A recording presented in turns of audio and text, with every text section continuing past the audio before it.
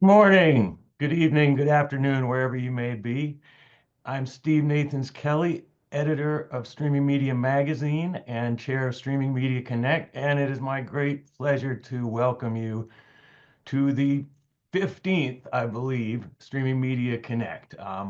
We've got a great week ahead of us with 3 days of the best and brightest in the streaming media industry, action-packed panels, great debates, CTV, OTT, ROI, fast, live streaming metrics, monetization, and more. And as always, the music you heard coming in, we will do our Name That Tune with that. And the first person to name the artist and the track correctly, who is here at the end of the session when we announce the winner, will get a $50 Amazon gift card courtesy of Streaming Media and Information Today. So as always, chat in the chat, and we won't actually be taking Q&A in this session, but we will going forward. So in future sessions, remember to use the Q&A for that. Sessions from all 3 days will be appearing very soon on Stream Media YouTube channel. Link for that will be in the chat. Closed captioning is available. You'll also see instructions in the chat on how to turn that on. And join us back here May 20th to 22nd for what I believe will be the 16th Stream Media Connect. And without further ado, I think that's everything I needed to talk about here. So let's get started. We're going to start with our first fireside chat with the undisputed media cartographer of the universe, Evan Shapiro. Undisputed. Hey, Evan, how are I you? guess, I guess, how good. How are you? Thanks for having me. This is the 15th. I feel like you cheat though, like Big Brother. Yeah, it's your 15th, but you do multiple per year. So it makes True. it sound like you've been doing it longer than you have, but it's impressive nonetheless. Yeah. All right. Well, I will let you take it away here. Thanks, You're man. you're in London, right? You're coming to us all I the way. am in London. I am coming to you from a podcast studio in London, with Doctor Who right behind me. So that's another trivia question that we didn't get to ask. Nice. I've been up for hours. All right. Well, take it away. Thanks, man. I'm really happy. Thanks everybody for attending. Thanks. I see so many really good friends out there in the audience. Thanks so much for joining us here. I am coming to you from London, where I am here for MIP London, and I am participating in Streaming Media Connect. So two conferences for the price of one. I'd like to bring to the stage a good friend and a leading thinker in our industry, Matthew Henick. Matthew is heading up. Matthew, you can turn on your camera and mic, as I warned you. So Matthew is heading up a brand new, which was a secret for some time in our industry, an open secret, I think, the CTV operating system operation and department at Trade Desk. Matthew, thanks so much for heading here. Thanks for having me and congrats on the Eagles. Oh, thanks. Go Birds. This is the first live appearance I've made without a piece of Eagles garb on in months. So I did this for you. Yes. I think we call this a jumper, by the way, since I'm in London. We've known each other a while, and we've both had several jobs while we've known each other. But right now, you're running the Trade Desk's CTV operating system. And so, tell me, how did that come about? How did you come to be? What's the name of it? It's called Ventura, right? Mm-hmm. Where did the Yes. name come from? Because it's not as interesting as people might imagine. Two, how did you come to be at Trade Desk, and what's your impression on working in an operating system environment right now? Sure. So we named the product Ventura because that's our birthplace for the Trade Desk. The Trade Desk is 15 years old. We were founded in a small surf town in California called Ventura, in Jeff Green, our founder's living room. And when we talk about Ventura and we think about it being an extension of our mission and one of the biggest bets we're making, we wanted to harken back to our founding. So it is interesting. I was wrong. I mean, it's subjective. Yeah, I But mean, Ventura is not the most interesting city in the world, but it does have a good origin story for you guys. yes, yes. So we love the name. It's incredibly meaningful to us. We were able to keep it secret for 2.5 out of the 3 years we were working on it. So I think we did a fairly good job about that. And what is it like? As far as I know, this is the first time you've worked on a product like this. Hmm. And this is also a real departure inside the company itself. So what does that feel like as how long have you been there? 5 months and 3 days. Yeah, so it's not only are you a new employee, but you're a new employee at a whole new division, Right. and you're doing something new yourself. How does that feel? It's exciting. I mean, look, it's certainly a departure for the trade desk in that it's their first consumer-facing product. We are a software company, but that software has mainly been enterprise focused. It's for the largest advertisers in the world and the largest agencies of the world. But it's not a departure in that it's an extension, and purely from our mission. Like I mentioned, Trade Desk is 15 years old, but if you go back to our S1, the docs you file when you go public, one of the first sentences is that we aim to help our clients compete in the marketplace of ideas. And this is exactly what that is. It's just, a new marketplace as we move to connected TV. So, having worked at places like Facebook, like Fortnite and Epic Games, like BuzzFeed, I've always been in that consumer side in media and consumer products. And it's a privilege to bring that here. So while it's new for the trade desk, it's not necessarily new for me in total, which feels nice. Yeah, so I hadn't heard you spin it that way before, but you worked at Facebook, you worked at Epic, which makes Fortnite. You worked at BuzzFeed, and that's where we first met. And all those were consumer-facing products that you were working on, consumer-facing offerings. You were serving the consumer, and Hmm. you very much see this CTV, even though it's primarily a B2B business. Yes, you face the Hmm. consumer on the screen, right? But ultimately, you get there, the deal making is between businesses. Consumers aren't choosing to buy necessarily an operating system, they're buying a television screen. But you see this as a consumer facing, a user centric Hmm. mission. In particular. And that's the reason why Trade Desk got into the operating system business. And it very much, to your point, is a continuation of the pursuit that you've been on in your career. But explain why that is, because at the end of the day, this is a B2B business. You make your bread Hmm. and butter off of making deals with advertisers, with publishers, and with OEMs. But how is this for you and for Trade Desk a consumer addressing product or a consumer solving product that solving their issues?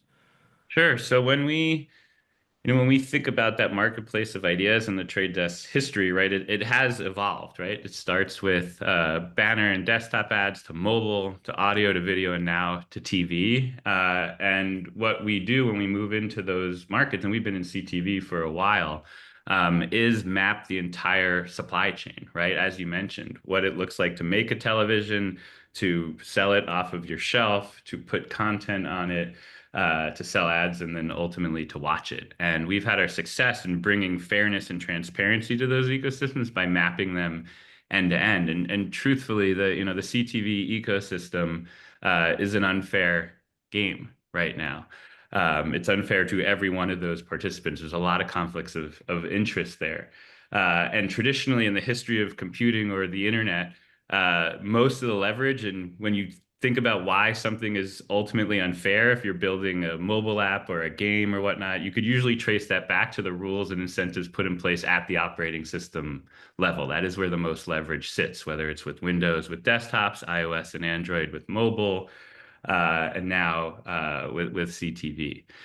So you look at that world, and at least in the U.S., but mainly globally, you see that three of the five largest market cap companies on Earth are big players there.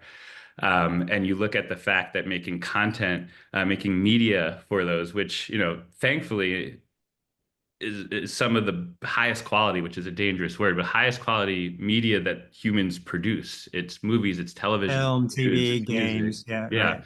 It's sitting there outside of these walled gardens, but it's never been more expensive to make.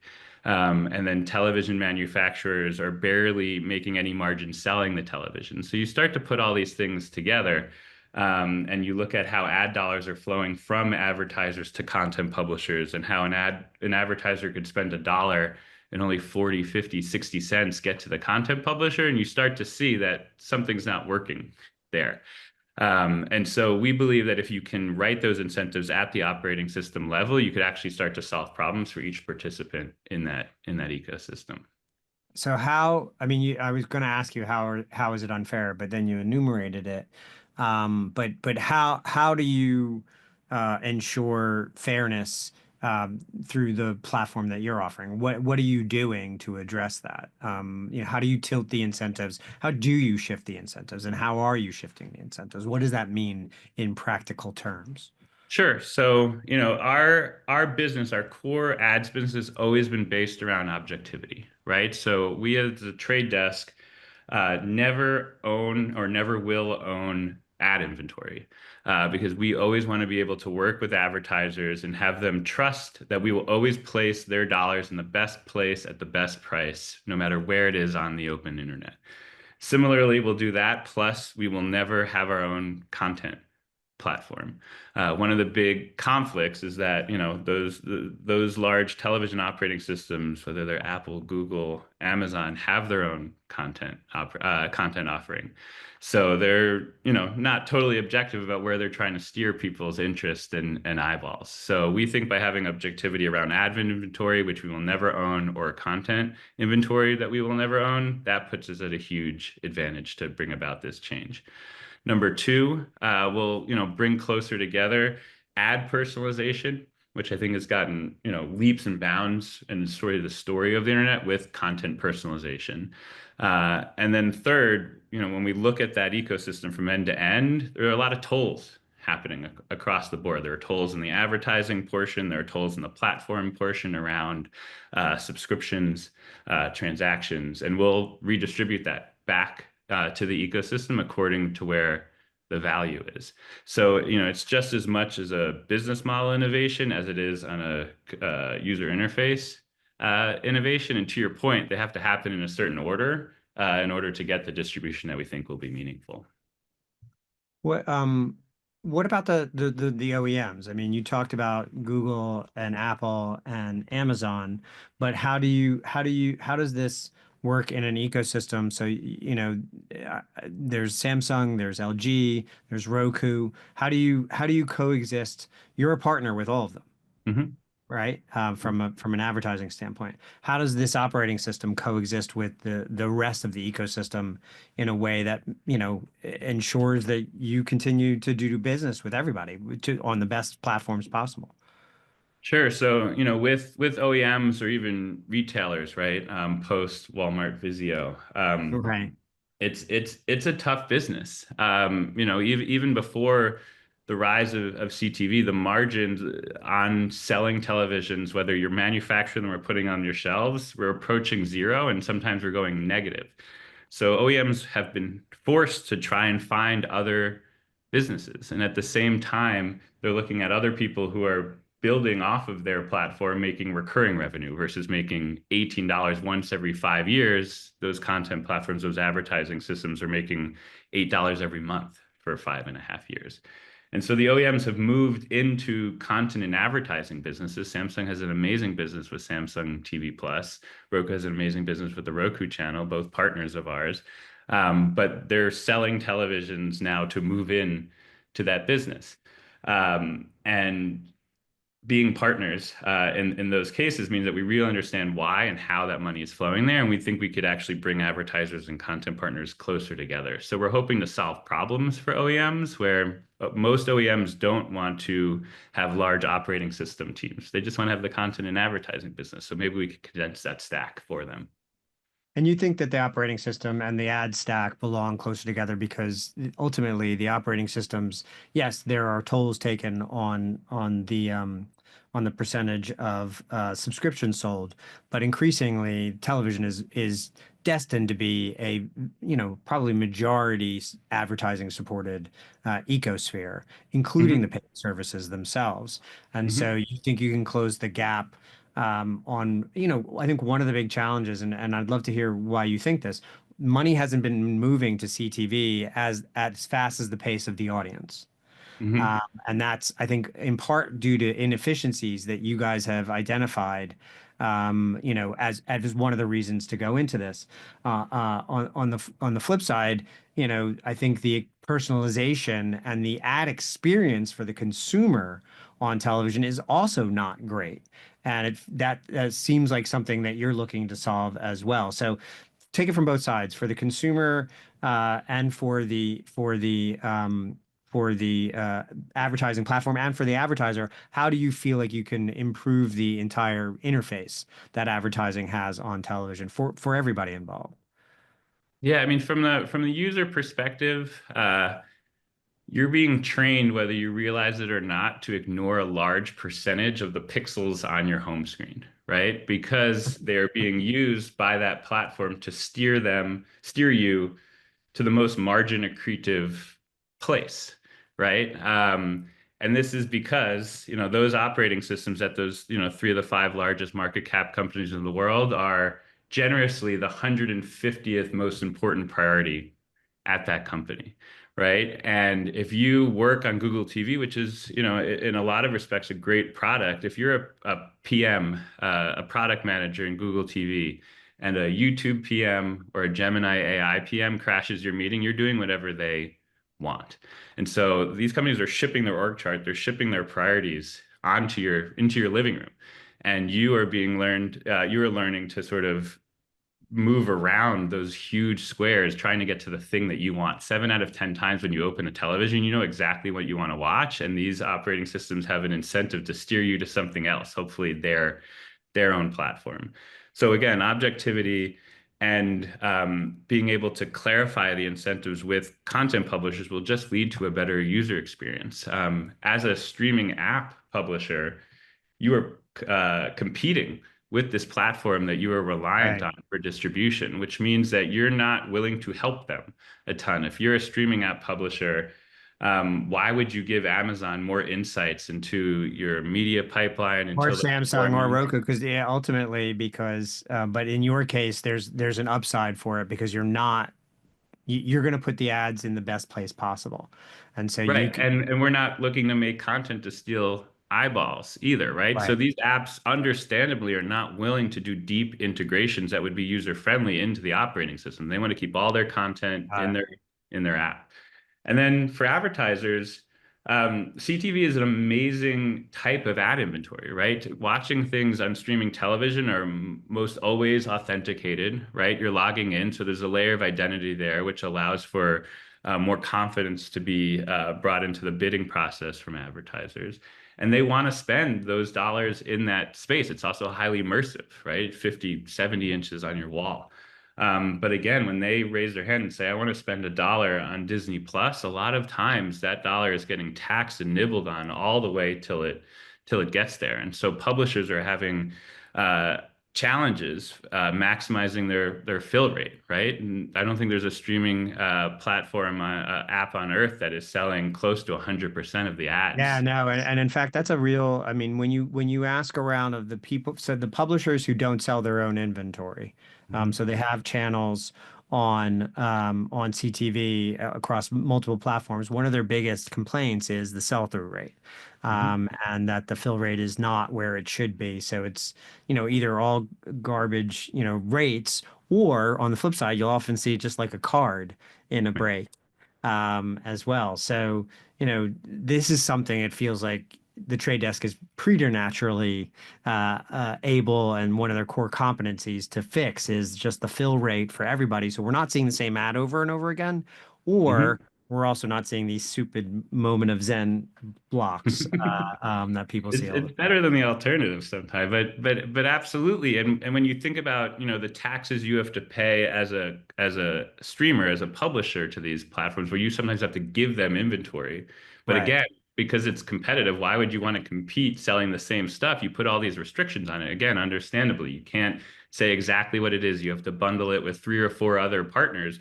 And so all of a sudden you've blunted all the goodness that comes from CTV. And so that bundle, that obscure bundle of CTV ads, which could be running again in the highest quality media on earth, has to compete against UGC from a pricing standpoint because it's just as sort of opaque. So again, these things all sort of, compound to a place where, yeah, not as much money is moving over as it should, based on the value. Well, and the publishers are seeing less than they thought. So Hmm. even based because of the taxes that are put on top of it and the lack of sell-through rate on a number of different platforms, that it is not as economically beneficial an experience on Fast and some of these other platforms or on their apps themselves as they anticipated it being when they built their models. Hmm. Um, I think, and as a consequence, what's happening is money's coming out of the ecosystem and going to pure play digital, which is, your company practices in that as well. But you see, I think, I mean, unless I'm misunderstanding quotes that you've given and things that we've discussed, you see the opportunity to shift more ad dollars to the appropriate places in CTV as a way to fund this next golden age of television. To a certain extent, what you just described is I'm pushing people to channels that they may not want to watch because it's in my own financial best interest. But there's also just a ton of, the inventory on Fast as far as content goes is a bit of a race to the bottom to a certain extent because the ad dollars are not going there in the way that they should. More ad dollars to the ecosystem allows these folks to fund a better set of content that gets put out there as well. Is that your point of view? Yeah, yeah. I mean, I think to take it further, it shouldn't be a race to the bottom, right? Because Right. this is the topmost cohort of content. But again, it's understandable if you just see where the incentives go. Like it reminds me of a personal story that you and I share, which is, yeah, we started working together when I was at BuzzFeed and you were at NBCU. And for those of you who are writing the history of the internet, we guided our teams to stream the first legal movie on Facebook Live, which was Monty That's right. Python and the Holy Grail. That's right. Holy shit. And yes, an artifact of culture of the highest order. We streamed that to Facebook Live, and it sat right next to Chewbacca Mom, which is also a high quality, content of a sort. Yeah. But they were treated the same. They were the same square on the screen, and they were sold in the same ad auction. So if I were Facebook, and I was at the time, for whatever that's worth, why wouldn't you sell and promote the thing that you didn't have to share all the ad revenue with NBC Universal, and that again was a race to the bottom because it was truly treated as content. It was commoditized. And to your point, I don't think it's controversial to say that ads and television are incredibly important partners since day one. And I think we've gone through these interesting changes moving to streaming where there was a cardinal sin that was committed, which is we divorced the relationship between how much time users spend with media and how much money that you can make from that media, right? We went to Yeah. flat rate subscriptions. And now that we're bringing ads back into it, number one, we're restoring that balance, which changes the incentives as a content maker. But number two, to your point, we shouldn't be commoditizing this content. This content should be efficiently sold and optimized in real time. Why wouldn't you want to get the most money for every single ad opportunity you have? And that comes from knowing as much as you can about who's watching and as much as you can about what's happening in that piece of media. An ad in the fourth quarter of the Super Bowl pre-sold, you sort of have to guess about all the outcomes that can happen. But perhaps this one could have been closer. And what would you have paid right No before way. the field goal to send you into overtime? And so being able to do that and bring all the goodness that addressable distribution and addressable ads can bring will allow us to reverse that race to the bottom in CTV. Well, and to a certain extent, I mean, that's a really good way of looking at it. There was this mad dash towards Fast, right? And it felt to a certain extent a little uncurated, Hmm. the Wild West. A lot of people compared it, including myself, to the early days of cable, both in good and bad ways. Um, but this was a reaction to to your point, the exact opposite pendulum swing where we said zero ads. The only experience for television viewers, they hate ads. That's what's wrong with television, right? Right. Let's forget what it does to the business model to remove the ads from our stack. But let's charge forward and chase Netflix down a rabbit hole, which bonked our heads at the end of the day. Um, as we raced to put ads back and created the fast ecosystem, the channel curation, I think, suffered, to your point, but I think the ad curation really suffered as well. So we're rushing to put all these ad breaks back in, and very often you'll see on some of these platforms they're not just interrupt a scene, but they'll interrupt the sentence. And so the user experience, but then there's also the over frequency of ads on a lot of services. So I think, what you're talking about is bringing back the new incentives to create a better curation of the programming environment itself. But I also think your technology and the way that Trade Desk has arrived at this moment probably allows us to improve and address a lot of the problems we're facing in curating the ad breaks, Hmm. because that has become a major complaint of both consumers and advertisers is that they can be messy. And it feels like your approach is very holistic as far as creating the ecosystem as a user experience. Completely. I mean, that again, that's just as much as knowing about what's happening in the media at that moment. It's not just, all right, 8 minutes, run the ad, right? That's what YouTube looked like Pull, not only that, 10 years just ago. pull it from the stack, pull it from the shelf, and just run that thing. Context, I feel like you can help improve the contextualization of Mhm. addressable Mhm. advertising in a way that, frankly, because it's not their core competencies, some other of the players have been unable to do. Yeah, yeah, and to say the quiet part out loud, like we are an ad tech company, That's but basically what I'm saying. Yes. yeah, and there's there's a lot of good that comes from it, and there's a lot of proving and education we're gonna have to do too, which is our goal is to have, the as few as ads as possible as long as they're the most relevant, right? Because there's always that trade-off. If they're not relevant to the user, they're just gonna be worth less, and so you have to run more. And that's the worst user experience, and that's the worst publisher Well, experience. actually, so to flip that on its head, it should be what we are all going for, which is you're actually maximizing the value of every ad served.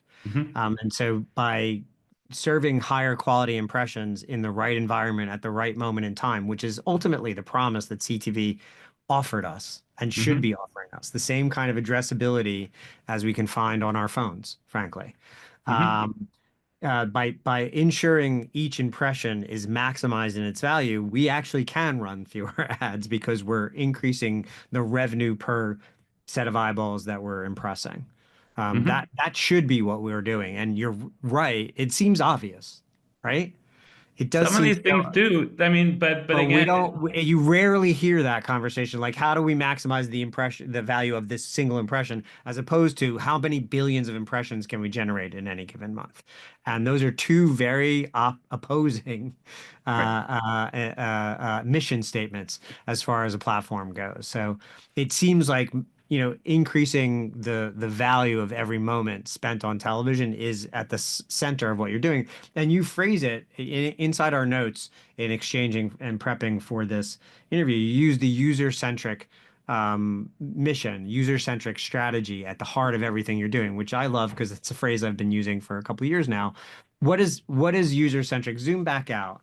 And what does user-centric mean to you, not just on television, but in media at this moment? And why is it sometimes so hard for larger media companies to understand what user centricity means and how it looks? Yeah, I mean, look, I think in consumer internet products, there's been this sort of challenge or perversion of that, right? Because a lot of it comes to the trade-off between sort of explicit and implicit user desires and behavior, right? The classic sort of throwback in newsfeed land, whether it's Facebook, Instagram, or whatnot, when somebody would complain about their experience, the answer would be, well, that's just based on things you did prior. You clicked on that thing, but you clicked on, a video about making pickles, and it didn't mean that you wanted to see 80 pickle making videos, for the rest of the week. So people have built this like algorithmic anxiety about they're actively curating their internet experience.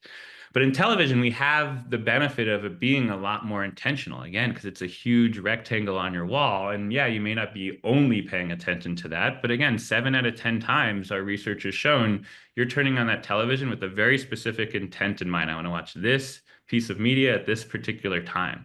So we want to reduce, that time from pressing the power button to the play button as tight as possible. And again, that's easier for us because we're not trying to steer you anywhere else. And the sooner we can get you in that media, the sooner then we could spin the ad flywheel. So it really is about, soliciting and respecting users' wishes when they're specific. And then in the 30% of the time when they don't know what they want to watch, give them that, discovery surface that is objective and transparently based on signals that we're taking in from them. I think that's where we are. Admittedly, that's harder in mobile because that's naturally a lower intent and lower specificity environment. But Right. we'll deal with the good cards that were dealt on television. What do you, how has it been? This is not the first time you've been brought in to marshal a project inside a larger company. What do you like about the culture at Trade Desk? We talked about this, and I was really, in a moment in time where you're at the cross section of tech and media. And there are a lot of companies that I work with who are in tech, and there are a lot of companies I work with who are in media. And very often the cultures are hard to mix. Um, how is it working there, have you found? And how is the marriage of what you do, which is content facing, and technology, which is what the company is built on? How does that feel, or how does that look to you? The 5 months here have been amazing, and the few months before that, learning more about the trade desk have been awesome because you see it from the outside, then you come in and you're like, is it true? Is it real? And if anyone's been following the company, or if you do a quick Google search now, and you look at what again the company and then Jeff Green, our founder and CEO, have been saying, you're not going to see another tech CEO or another ad tech CEO sit on a stage and talk about the importance of journalism, the importance of premium content, the importance of protecting this content, the protecting this portion of the open internet. That is incredibly rare. I've been at large tech companies and had the privilege of distributing billions of dollars in content funding across soccer and sports, originals, beauty influencers in Brazil, and game streaming. And we were a rounding error and a loss leader for something else. And so, yes, we're at this moment where a lot of these large tech companies are building media products, but often in the service of something else. Again, right, it's far down in the priority stack. This is our core business. It always has been and always will be. And the thing that's been so gratifying personally is that, to your opening questions, they realize, where their specialties lie and where they don't. And that's important for structuring this team and allowing us to build a consumer product culture, to bring in the right people, to build the culture that we need to, but also to realize where our superpowers are and where we shouldn't play. We're not going to ever make content. We're not going to make hardware. Both of those things sound exciting, would lead to awesome press releases. And I've been at many companies where you can't quite resist. But we are really focused on where we think we can add value, because in a fair and transparent market, that's where we, can make money if we bring that value, and we know where we shouldn't be playing as well. So it's been great. It really is one of those cases where you just want to keep asking, like, really, is this really in it for this? And When's the bad day the answer coming? is yes. Yeah. Well, and I was interested when you told me about this when we talked last time we saw each other, which is the mission here from the beginning for Jeff and for the company was. And I don't want it to make it sound like it's entirely altruistic, because there is a business We're a case to be public made company. here. Yeah. Right. And a very successful public company at the height of its market capitalization, I might add.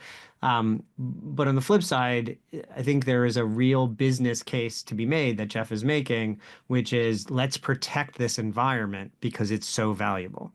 We will all do better long term if the content in this content environment is really continued to be protected, supported, funded the way that it needs to be. And that was where the white space, because I think there are a lot of people out there, myself included, who ask the question, why the fuck are you doing this? Why the fuck are you doing this? First of all, it's a lot of work. It's not that easy. The margins aren't that great. There are a lot of reasons to not get into the CTV OS business, but it does seem that protecting the overall ecosystem, the advertising ecosystem, but keeping it premium, keeping television premium was at the heart of the mission of senior management when they greenlit this massive endeavor that now you're running. Yeah? Yeah. Yeah. And again, I'm such a sucker for incentives, right? When I worked, that was sort of how my brain got rewired at Facebook and Instagram, right? You just understand Right.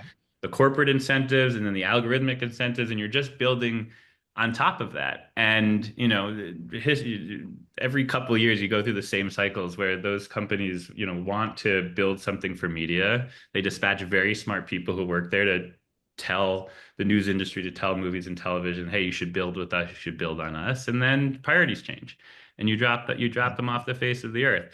And that's not us. Again, these incentives are aligned from the very beginning, from the first line of our founding documents. And so that gave me, again, skepticism from the outside that has proven to be unwarranted, but we are trying to make all the rules clear and all the rules predictable so that people will continue to trust us. Again, you mentioned we work with the largest media companies on earth to help drive their ads businesses. They're very willing partners for this. OEMs, we're going to earn their trust to the ones that we don't partner with as advertisers. And so again, this is just sort of a distillation and another flavor of the mission from the start.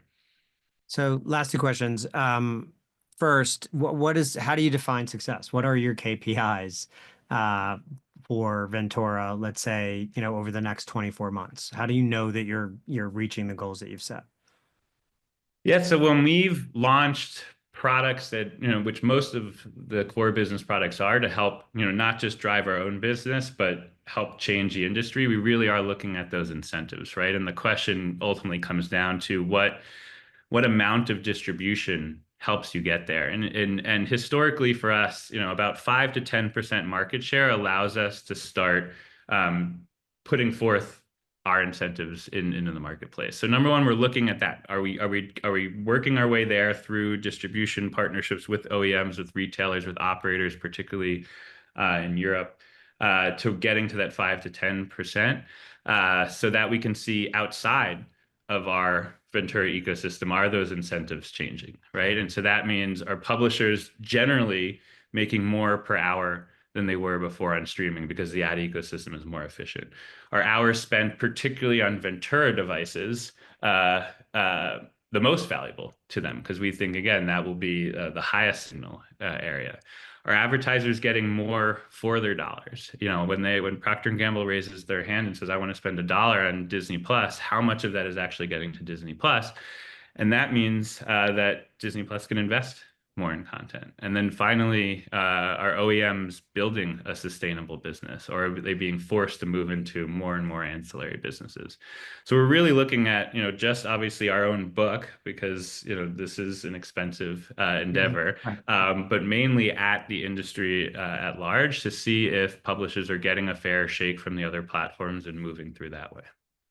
So yeah, so you're measuring yourself not just on the success rate of distribution and let's say impressions served on your standpoint, but also the amount of change you're shifting in the industry itself with regards to these, you would say, necessary changes that to make the ecosystem better. All right, so like we've talked about a number of times, you've had a number of cool jobs at different cool seats at different companies over time, and now you're sitting at one of the most important companies in ad tech in the world. So I think that gives you a purview or a perspective that can help us see the future a little bit. So you took this job, you're there now. There are reasons for that. But beyond that, what do you think is the growth curve or the changes we can expect over the next, let's say, 12 to 36 months in CTV? What do you see, not having to do with Trade Desk in particular, but what do you see the trends shifting towards in the ecosystem? Yeah, look, the easiest thing is that ad-supported tiers will drive most of the growth in streaming globally, right? In terms of new users, new subscribers. And I think the real question is how fast that will happen. Mm, In terms of if it doesn't happen fast enough, I think publishers are understandably stuck in this challenging churn optimization loop, right. right? Which is frankly how I think we manage the newsfeed business at Facebook and Instagram, which is what is the minimum amount of liquidity and diversity of content to get you to spend 1 second longer in the app, because that correlated with you coming back tomorrow. And if you come back tomorrow, you won't churn from Facebook to TikTok or something else. So that means that the media investment choices, are based on that sort of MVP churn rate, and they're not understandable from the outside world.